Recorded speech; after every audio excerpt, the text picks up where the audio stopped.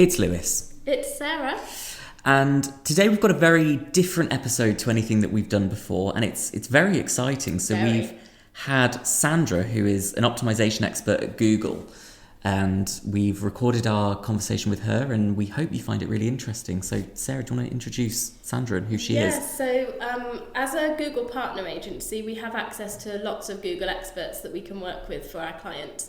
And we have really regular calls with Sandra, and we just thought it'd be really great to bring her into the QuadCast so that some of the things that she's recommending to our clients via us, they can actually hear firsthand why it's being recommended, and we could ask Sandra a few questions as we go along. So we hope you enjoy hearing all about her.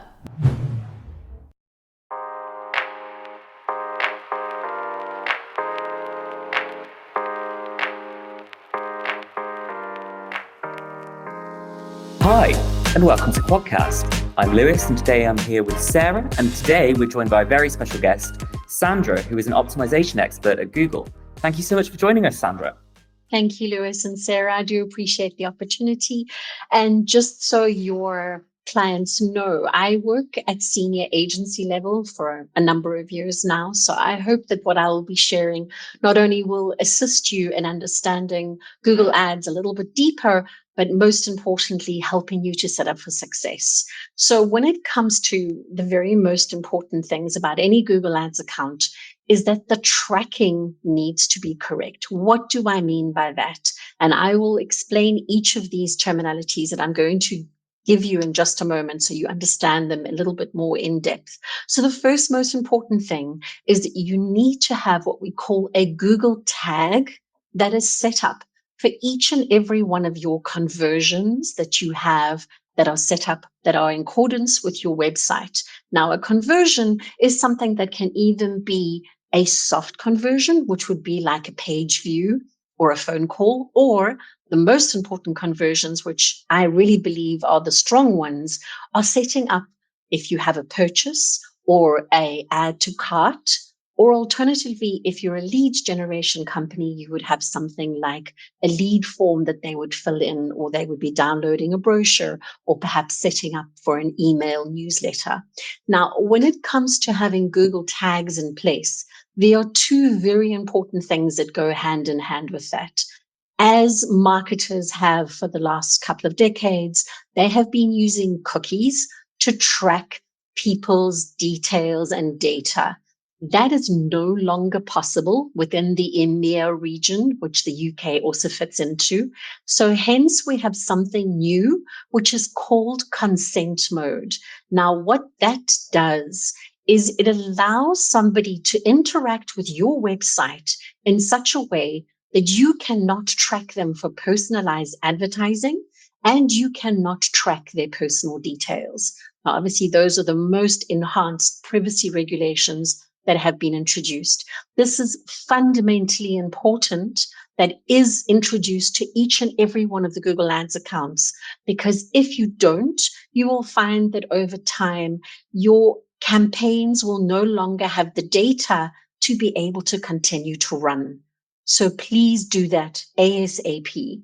The other important setup that needs to happen within all of the tagging is something called enhanced conversions. Now, these are all the people that visit your website from a browser that automatically deletes cookies. So, for example, Mozilla or Safari, both of those, and Google will also be moving in that direction. I believe early 2025, they will no longer be able to track anything that comes in from Google. So again, the enhanced conversions, which will track people coming from browsers, the cookies are automatic deleted, are super important for every single account to ensure the accuracy of your conversion, your actual conversion data that is coming in, and that everything that you are collecting is meaningful data. Now, the other very important thing that needs to have with every single account is Google Analytics 4, so that you can have a deeper understanding of all of the insights of your website, any of the applications that you may be using that are connected to your website, but also for you to be able to interact and track exactly where people are interacting with you, at which point they are leaving your website, how long they are staying on your website for, and who has actually purchased and who has been onto your website but hasn't yet purchased, that you can then remarket to. So another important part of all of this information is something called a customer match list. Now, this originally is a list of emails that has been collected within the GDP regulations and is a list of 1,000 emails. Now, if you do not have such a database, you can always work with audiences and you can add affinity and in-market audiences to your account to at least give the algorithm a much better understanding of who an ideal customer is to show your ads to. So all of these very specific points, a Google tag, consent mode, enhanced conversions, having Google Analytics 4, and a customer match list are super important. The other thing that really makes a difference to any of the conversions that you are adding to your Google Ads account is when you assign a value to a conversion. For example, you have a purchase and you have a page view. Obviously, the purchase has a much higher value to you than someone just going onto a page view. So if you can ensure that that is set up within your Google Ads account, you are then definitely on the road to success. And obviously giving the purchase a much higher value than a page view means that the algorithm will do its best to get you more conversions when it comes to a purchase than anything else. So for me, those are the strongest, most important things when it comes to setting up an account. Now, when you are actually creating the ads, whether it be a search campaign, a display campaign, whatever you are doing, the most important thing to do is to ensure that you have the most creative and the most excellent. And what do I mean by excellent content? Meaning that, for example, every one of your ads, if it's a search ad, has 4 descriptions, 15 headlines. It has as many images as you can add, and those cannot be pixelated. You add a business logo, a business name, you add site links, you add call outs, you add as much as you can to your actual content of the ad so that your ad strength becomes excellent. That ensures that your ads automatically get shown more often by Google. And of course, it ensures that you will win more auctions because anyone else who is in a similar industry to you, whose ad strength is not as good as yours, means that your ad will be shown first. So please make sure that every single time you do your ads, you get your ad strength up to excellent because it does make a difference in an auction. Now, in an auction, the other important thing to bear in mind is what bidding strategy are you using? You need to optimize into what we call smart bidding strategy. And this has a sliding scale of depending on whether you're starting a campaign, whether you have enough conversions then to move it to the next level. But this is important. Why? Because again, when you're in an auction and other people are in a similar auction to you, if you are using a smart bidding, not only will the algorithm then optimize to get exactly what it is you have set it up to do, but it will get you more of and ensure that you are able to get even more auctions won, if that makes sense. Okay, so jumping on to one of the most important and new, and I say new in inverted commas, because the Performance Max has been around since 2021. It has come a long way since then. And the advantages of a Performance Max is that it grows across all platforms. So you are reaching people on YouTube, you are reaching people on search, you are able to do Gmail, you have got discovery campaigns and display, and it covers all of those and allows you to reach audiences that you may not even know are actual audiences. Now, when it comes to setting up a Performance Max, there are some very important things that need to happen. If you are able to have video in 3 different formats, one that's going to be square for tablet, landscape for PC, and portrait for mobile, that is super important. You can also add 6 seconds and 15 seconds of video. Again, images are super important. Things like grabbing audiences from GA4 once you have set it up will allow the Premax to run with amazing signals to allow you to remarket to those people that have been onto your website but haven't purchased yet, or have been onto your website but haven't yet filled in the lead form. And it can do all of that. In addition to that, Premax allows you to do a negative keyword list at account level or at campaign level. You can also add exclusions, which are URLs that you can exclude, as well as mobile apps where you don't want your Performance Max to be shown, allowing you to get a much better return on your investment for anything that you are doing when it comes to Performance Max. And what we have found across the board with all of the agencies that I've worked with is that it's important to start a Performance Max, but still continue with your search ad. Why? Because the search ad will fill the gaps that the Performance Max is not yet able to reach. And always run the two together for it as long as you possibly have the budget for, because ultimately they work very closely together and they will give you the best success going forward when it comes to that. And yes, very definitely, we have found that when people have used it for leads generation, it has also had an incredible success. So not only for people who are e-commerce. Excellent. I wonder if I could ask you a question going back to where we were talking about tracking. So if what we often find when we're first putting a campaign live is we need to start getting some data in, and then we can assess the quality of it and start kind of tweaking the keywords according to what's bringing the best value leads. Or, for example, if it's a client that has quotes, for example, we want to sort of target the campaigns towards ones that are bringing in the best value of contract for them.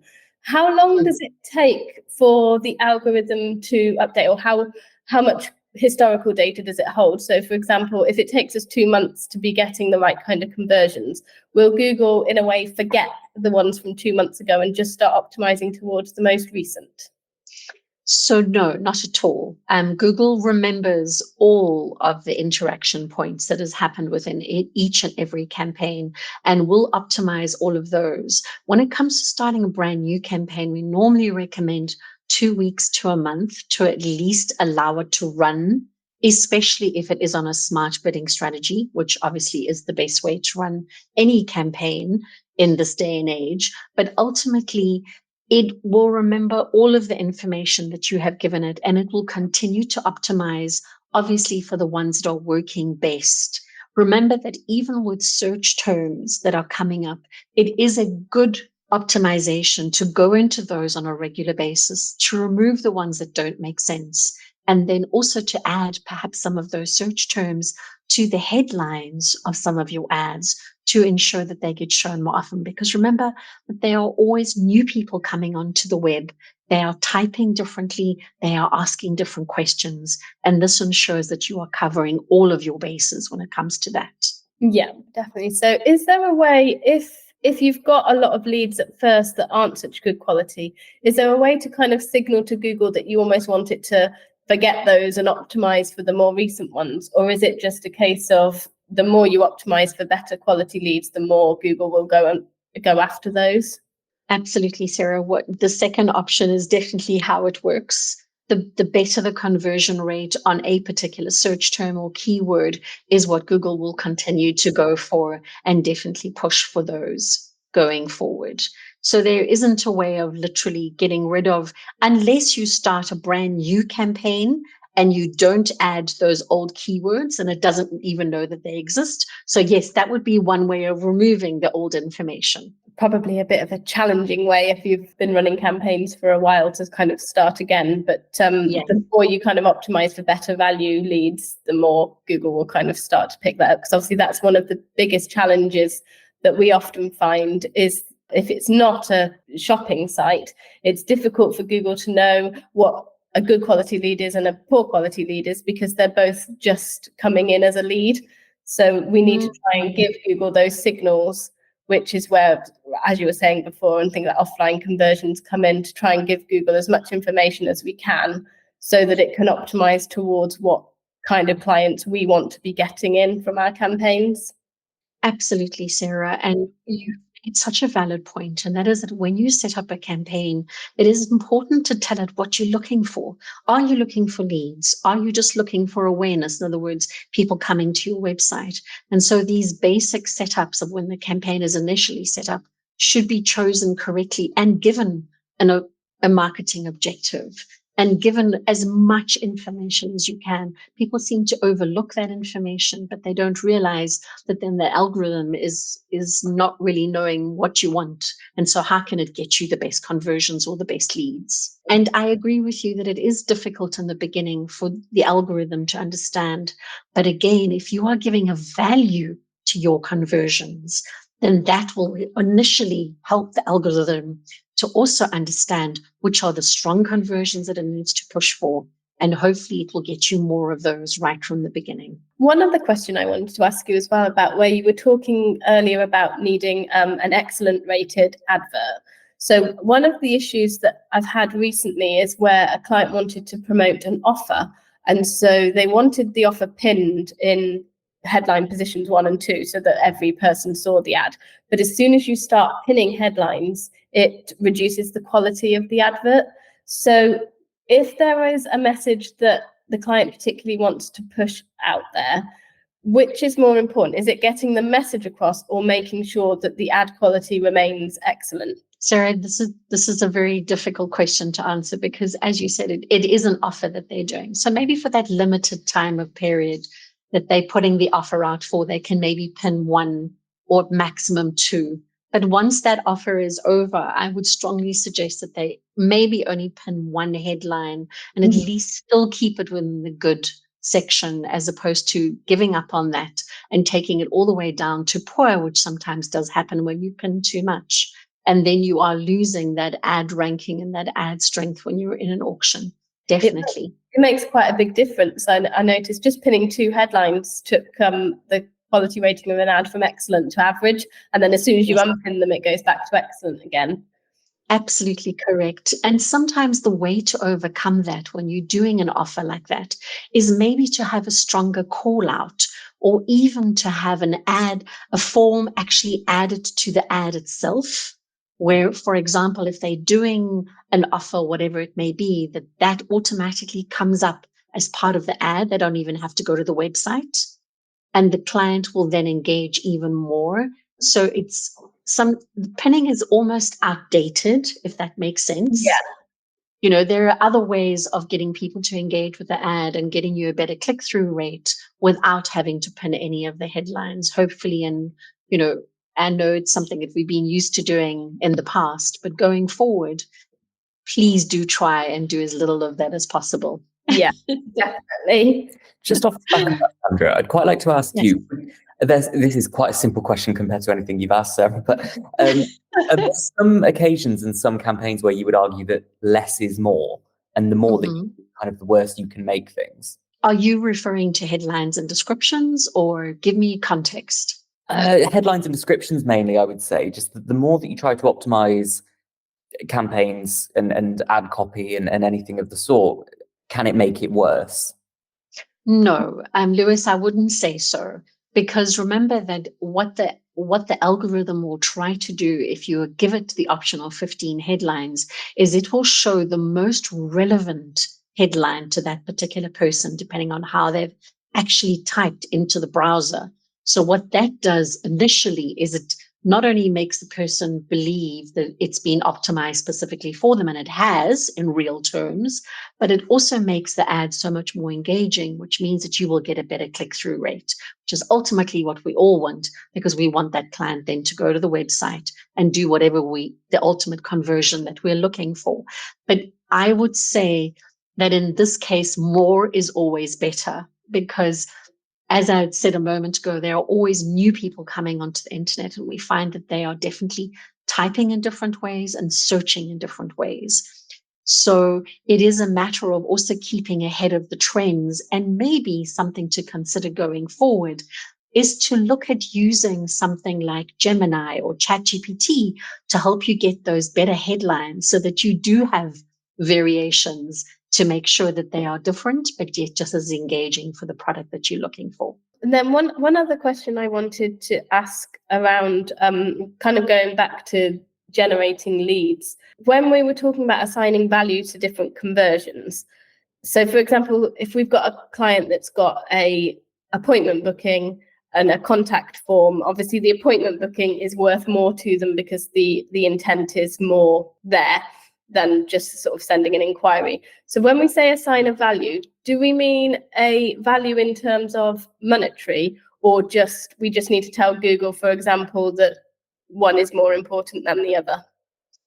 Well, Sarah, in this case, because we don't know what the value in this particular case, monetary value would be of that conversion, we can give it a hierarchical value, say from 100 all the way down to 20, and give the most important one the highest value that way. But if it is an e-commerce site and you know the exact value of what that purchase could be, then obviously you can give it a monetary value. But you don't need monetary value for every conversion. If, for example, you're selling something that someone might choose a product worth £6,000 and someone else might choose a product worth £1,000, it doesn't matter that you don't know what the value of the product's going to be. You can still use hierarchical values to tell Google that one type of conversion is always more valuable to your company than another. 100%. And this is exactly what is very, very important when it comes to setting values for your conversions, so that the algorithm knows what to get you more of when it's in that auction. So if it has 3 people, one is only going to do a page view, and of course it can see that from what that person has been doing in the background. The other one is going to fill in the contact form, and the other one is actually going to do the booking. Like you said, that would be the most important. It will choose the one that's going to do the booking and grab that person and show the ad to them. Brilliant. So I hope I answered your question correctly there too. You did. That's great. Thank you. It's been really insightful. You're welcome. Lewis, was there anything else that you wanted to specifically ask? I don't think there is anything. No, I think I'm not Lewis, but no, you're not Lewis. Yes. You've covered everything absolutely wonderfully, Sandra. Thank you so much. That's really insightful. Really welcome. Thank you. And I hope we didn't go over time, because I know that that's always very important, is not to, No, perfectly within time. Thank you so much. You've been an absolutely wonderful guest, Sandra. We can't thank you enough for coming on and agreeing to do this. This has been really amazing. A huge thank you to Sandra for joining us today. Even though Google Ads is our forte, it's still incredibly insightful to chat with one of Google's optimization experts. We hope you've enjoyed our conversation with her as much as we did. Thank you so much for listening, and we'll see you in the next episode. Bye!